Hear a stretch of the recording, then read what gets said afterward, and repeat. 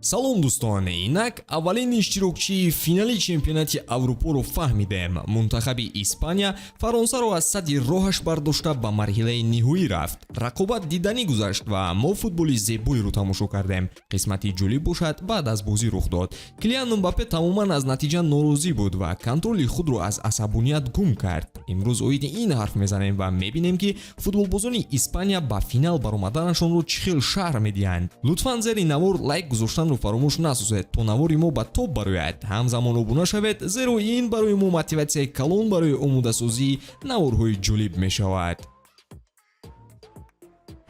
Испания бо ямалаш Фаронсаро бо Мбаппе аз садди роҳаш бардошт ва аввалин иштирокчии финали Евро-2024 шуд. Шоми имрӯз иштирокчии дуюми финал аз миёни мунтахабҳои Англия ва Нидерланд маълум мешавад. Ба назари шумо фаворит дар ин бозӣ кадом мунтахаб аст? Тамошои бозиҳоро бо хизматрасониҳои ширкати 1x боз ҳам ҷолибтар гардонед. Дар 1x регистратсия осон ва пардохт аз тамоми гӯшаоканори дунё, вале муҳимтар аз ҳама барои шаҳрвандони Тоҷикистон бонус то 8000 сомонӣ дар аввалин ҳисоб пуркунӣ бо промокоди TAJFUT пешниҳод мешавад. Силкаи зарурӣ дар комментария. Ба ҳама муваффақият.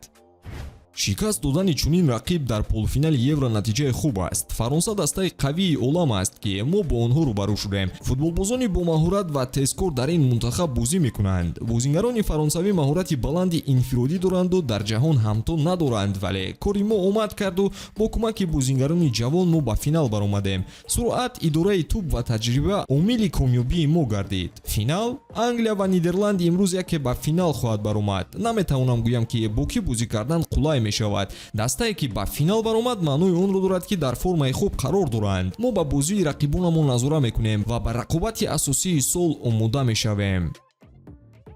Фаронса агар беҳтарин набошад, пас дар рӯйхати беҳтаринҳо ҷои худро дорад. Солҳои охир сатҳи худро дар ҷаҳон хуб нишон доданд. Аз ҷиҳати физикӣ фаронсавиҳо хело қавӣ ҳастанд ва дар идораи тӯб ва контрҳуҷумҳо олӣ бозӣ мекунанд. Фаронса талантҳои зиёде дорад. Барои ҳамин омодагии мо низ аз дигар бозиҳо фарқ мекард. Ростӣ ман намехостам бо мунтахаби Фаронса рӯбарӯ шавем, вале акнун баъди роҳ ёфтан ба финал нафаси озод кашида каме истироҳат хоҳем кард.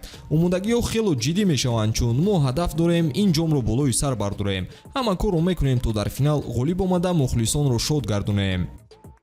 эҳсосоти маро шумо тасаввур ҳам карда наметавонед. Ман ҳанӯз 16 сол дорам ва бо мунтахабам ба финали Евро баромадам. Қаблан ин рӯзҳоро танҳо орзу мекардам. Барои комёбии Испания ҳама қувваамонро сарф мекунем то дар бозии охирин пирӯз шавем. Албатта фишор вуҷуд дорад, вале ман ба ин ҳолат одат намудаам. Аз дигарон дурӣ ҷуста танҳо ба футбол диққат медиҳам ва ҳамин хел бозиам рушд дорад.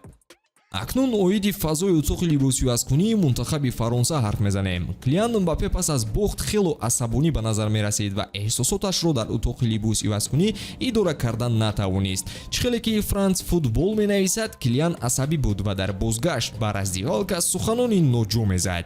баъдан ӯ бо сармураббии Фаронса Дидье Дешам суҳбате доштааст. ба гуфтаи рӯзноманигорон ин суҳбат бо садои баланд буду Килиан сӯи мураббӣ гуфтааст: шикаст бо айби ту шуд, чун тактикаи бозӣ аз аввал ба мо писанд набуд. Пас аз ин суханон Килиан тарки майдон кардаасту ҳамдастаҳояшро интизор намондааст. Навори баҳси Мбаппе бо Дешам дар шабакаҳо низ баромад ки баҳси зиёде атрофаш меравад. Шахсан барои мо ба шикасти Фаронса ҳама гуногор аст, на ин ки як бозингар ё сармураббӣ.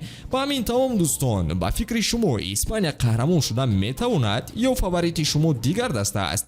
ҳатман дар ин бора дар комментария қайд кунед ва наворҳои ҷадидро мунтазир бошед. Ба ҳамин тамом то наворҳои баъдӣ хайр.